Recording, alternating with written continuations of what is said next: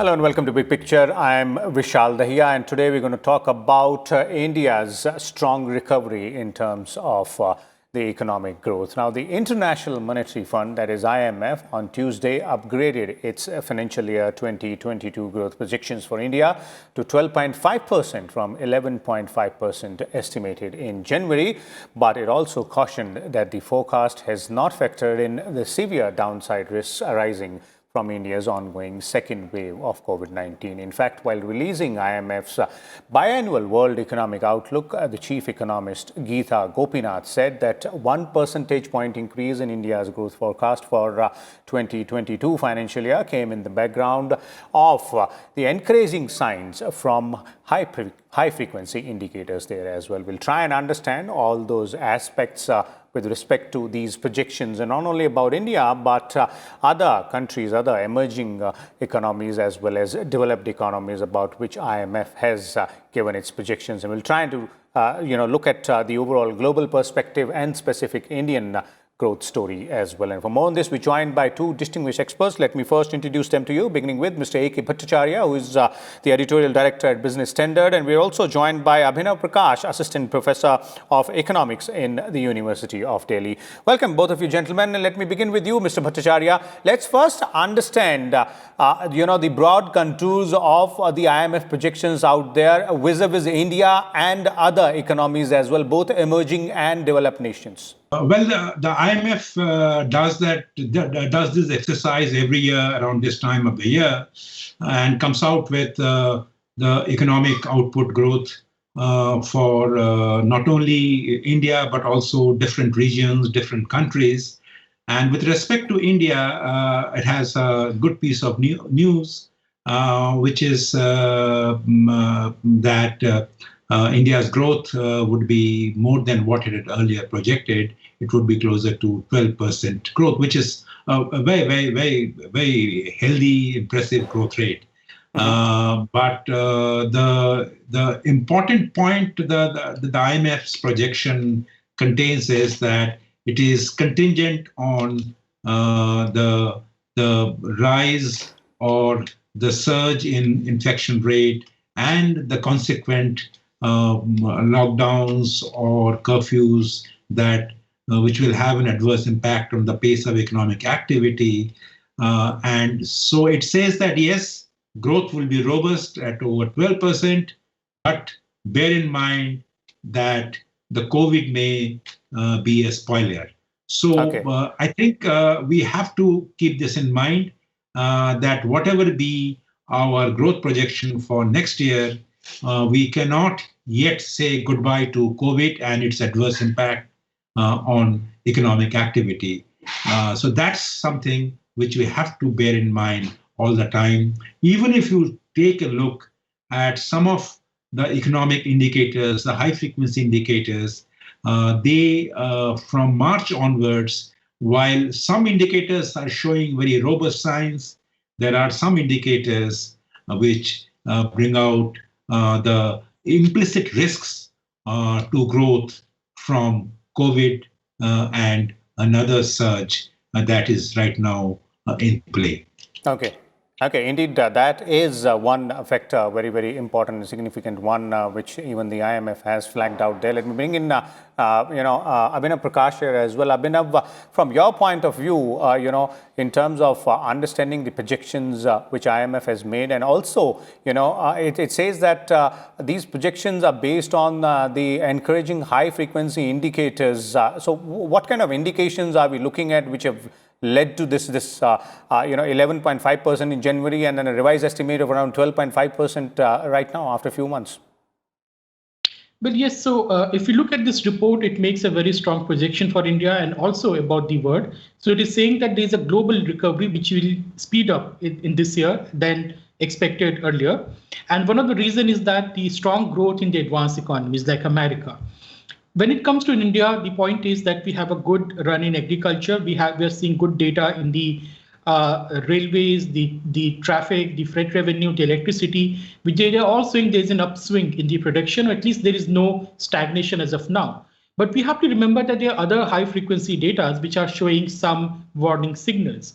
And they are the data of the footfall in the retail sector, the data of the hospitalities, the data of the recreation, there's a decline after February in these sectors, in the high frequency data. So that is something which is a risk factor which we have to be very careful about. But overall, the growth projection depends a lot on the policies adopted by the government, especially the fiscal policy and the monetary policy. So a strong fiscal support and monetary support has been pointed out being largely successful, especially in the case of India, because you see, in India, we started with the fiscal support after we lifted the lockdown, as compared to the America and the Europe, where they were pumping in money when there was lockdown and disruption already happening. So the money you pumped in the economy, that largely went waste, because when the economy is in the lockdown, what is the point of giving in a fiscal expansion or spending more money? So the wiser policies we adopted, we registered the temptation of pursuing a fiscal expansion last year, when there was the pandemic was at its peak. We did it gradually, and now in this budget, because this budget was very important, we have higher than expected expenditure on infrastructure and productive capacity, which is then pushing up these projections in this year and also in the coming year. And that, coupled up with the economic reforms, like the farm laws, like different kinds of reforms in coal sector, we are looking at a brighter future for India. Okay. Mr. Bhattacharya, your view on those specifics out there, which Abhinav was also pointing out in terms of, high frequency indicators, in both aspects, those which are giving us positive, signs, and those from where we are getting some warning signals, specifically in the past 60 odd days. Well, on the positive side, you have got the GST collection numbers. The GST collection number in March has been a record high of 1.24 lakh crore or 1.24 trillion rupees, which has never happened. And it has come on the base of 7 month running that we have seen that the GST collection has risen above 1 lakh crore. Now, that is a clear sign that whether it is a question of fixing the tax administration side, or whether it is a question of economic activity or transactions taking place at a certain momentum, which is getting reflected in higher GST collections. You can also look at the exports figure. The exports figure is seeing a huge jump in March, which is around $31 billion. Now, this is a big jump, as coming after several months of exports, which have actually seen a decline.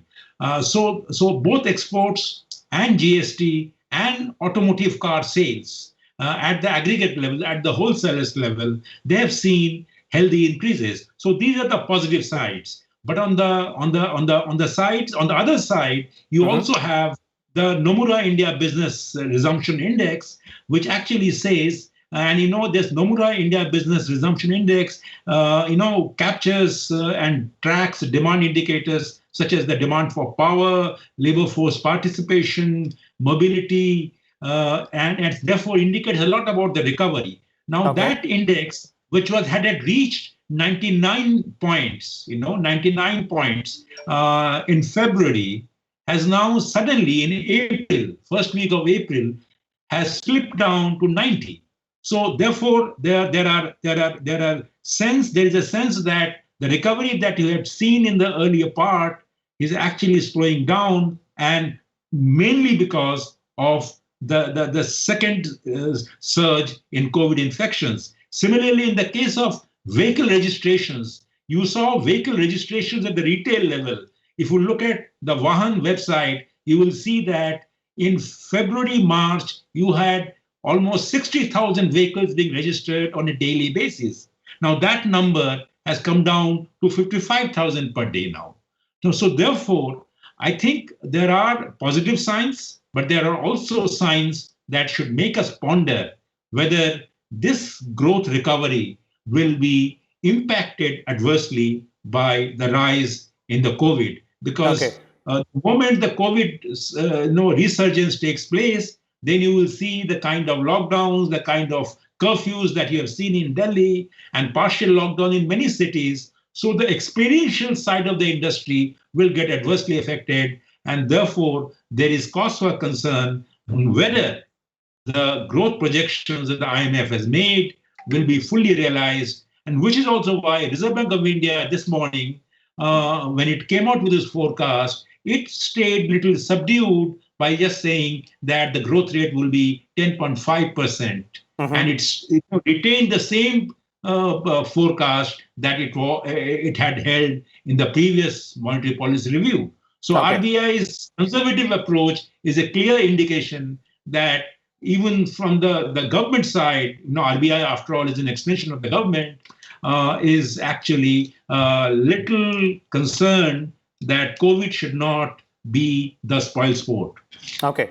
Abhinav, your view there on this aspect, which Mr. Bhattacharya is pointing out, RBI's conservative approach there, keeping it at 10.5% in terms of its projections. And when we are looking at, you were earlier talking about how India had reacted to the pandemic, the way we, sort of tweaked our strategy in terms of dealing with the impending economic crisis there and moved ahead in the past year or so. So from here onwards, looking at that the threat of the pandemic still looms over our heads, how do you think we should be tweaking our strategies and policies to deal with the situation from here onwards? Yeah, that's a very important question, because so far we have handled the situation better than most of the countries, especially our step-by-step approach, which was built on the very strong feedback loop from the ground. But now what we are seeing is the resurgence of the second wave, and which is now sweeping all the metropolitan centers of the country. Luckily, we also have the vaccination program going on. We are vaccinating 3 to 4 million every day now, but that is not enough. So we need to build up more capacity, vaccinate more people. And two things we have to keep in mind. This criteria that the only 45-year age or older people can get vaccinated should be done away with, at least in the COVID hotspot. So in the places like Mumbai, Pune, Delhi, you can allow all the working age people to get vaccinated, because those are the people who have to go out every day and they have to work. Instead of imposing all those kind of night curfews or restrictions or lockdowns, like in certain cities, certain places in Maharashtra, what you should be doing, getting all the working class people, especially in the hospitalities and the day-to-day worker, get them vaccinated, remove these age criteria in the metropolitan center. That will aid in the faster recovery, because then you will not have these disruptions which are recurring again and again. But remember, it also depends a lot on what is happening around the world, because as of now, our vaccination manufacturing capacity is coming under stress, because different countries are invoking, let's say, more parochial policies, like America has invoked an act which restricts the export of certain crucial components of vaccine to India. So we are also facing some stress on the supply chains, even in the vaccination program and also in the other kind of economic activities. So we need to focus a lot on the supply chains. We need to be very strategic about where we are sourcing our material from. Okay. The third point is about the inflation.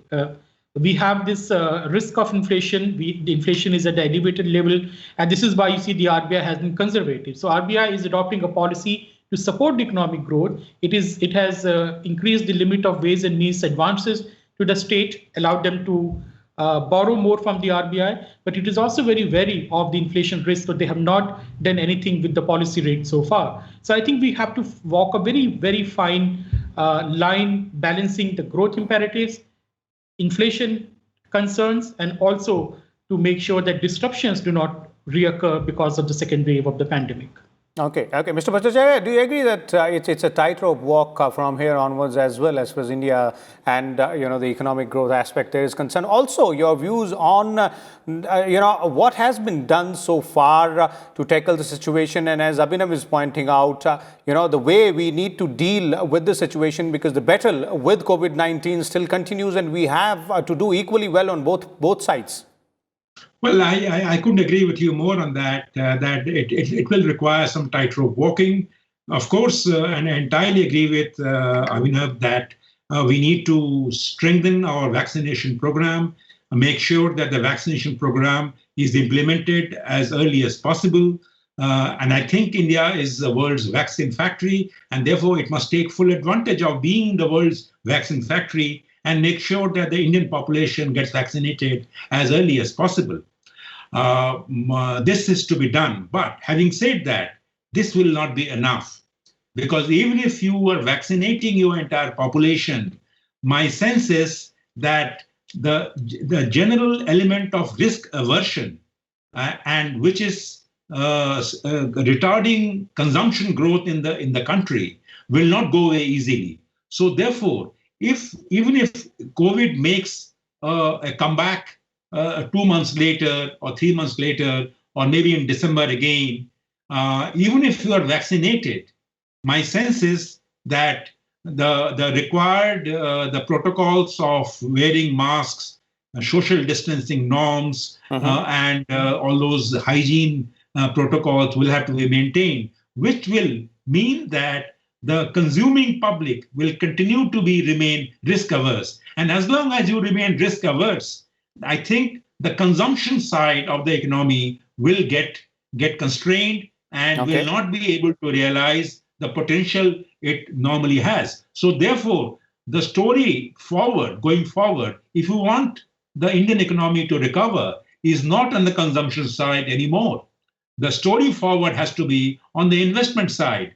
This is the year when you have to pay more attention to investment. Remember that the NSO has given the investment rate in the economy for the last financial year, 2020-21, at only 31% of GDP. Now, that's a very, very low level of investment rate in any economy of India's size and stage of economic development. So therefore, this is the right opportunity. 2021-22 should be the year of actually beefing up, strengthening, stepping up the pace of investment in infrastructure and many other projects where India is indeed in the deficit stage. So therefore, step up investment, and that will create more demand. And maybe from 22 onwards, you will reap the benefits of higher investment this year in terms of a higher economic growth in 22-23. So the point is, yes, vaccination is important, but we should not expect an immediate consumption-led recovery on the basis of vaccination program. We must rely on investments, more investments, and more investments, so that we build a strong muscle for a consumption-led recovery next year. Okay. So it looks like investment is the key out there, as Mr. Bhattacharya is pointing out. Now let's look at the global scenario here, and I'd like to bring in Abhinav, here first. Abhinav, I'm looking at the figures here in terms of IMF's projection, and I'm pretty sure you would have also taken a look at that.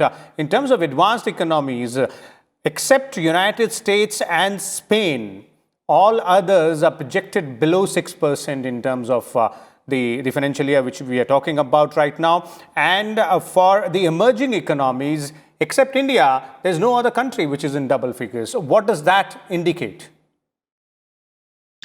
Well, yes, except India and China, no one is above 6% from what I can see. That basically, we can't really believe Chinese number, because China is a country where you see the first wave also did not took heavy toll. Apparently, if you go by the official data, we don't know anything about the second wave and the third wave in the China so far. So I will leave aside China, because we simply can't trust the numbers coming out from China.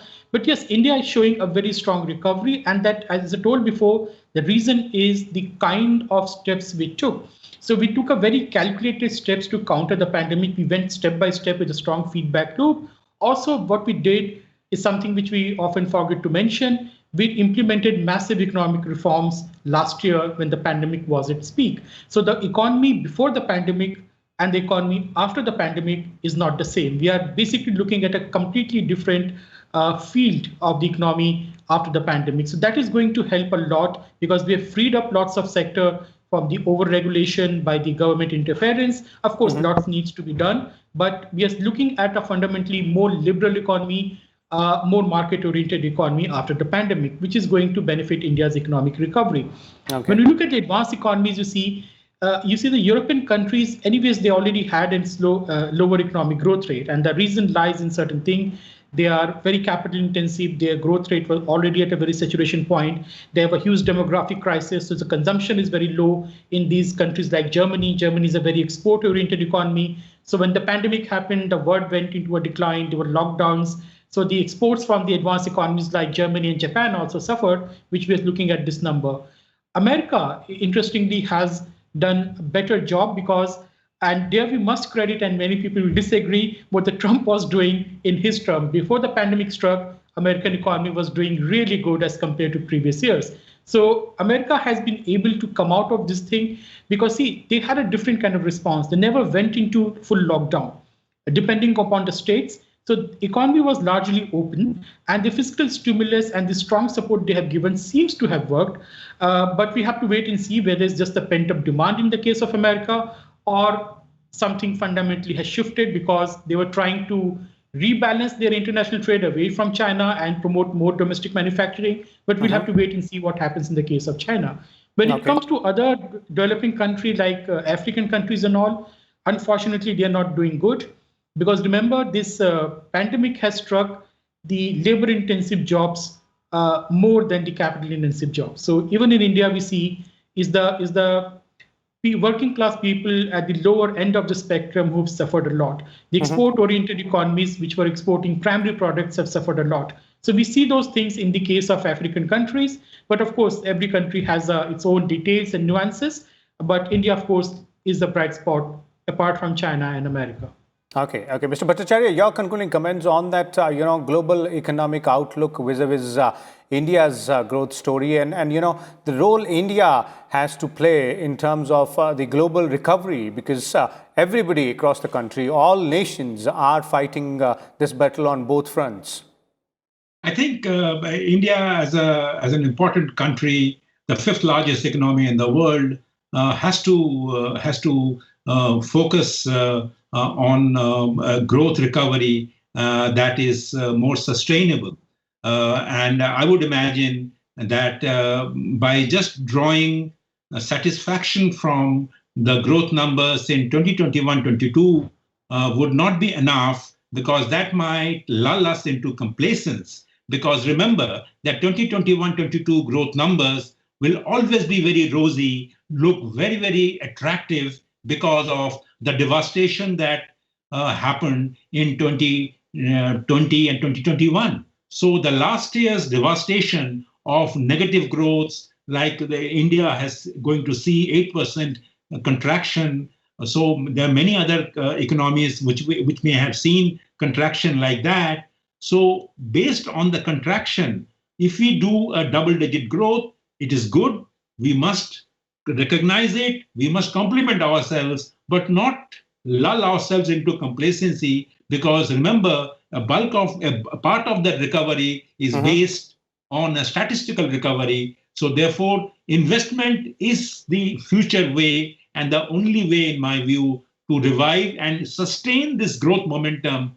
And the real test of our growth potential would be what kind of growth rate can we achieve in 2022, 2023. And that should be our real target. And I'm sure the government's policies on fiscal policies and monetary policy response, which have so far been very, very supportive, I'm sure they will stand us in good stead.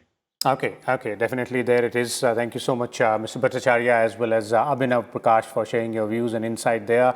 It is all about the global economic outlook in COVID pandemic times, and also how India is slowly but surely on the path to economic recovery. There we'll come back again with a different topic. Till then, you keep watching our shows.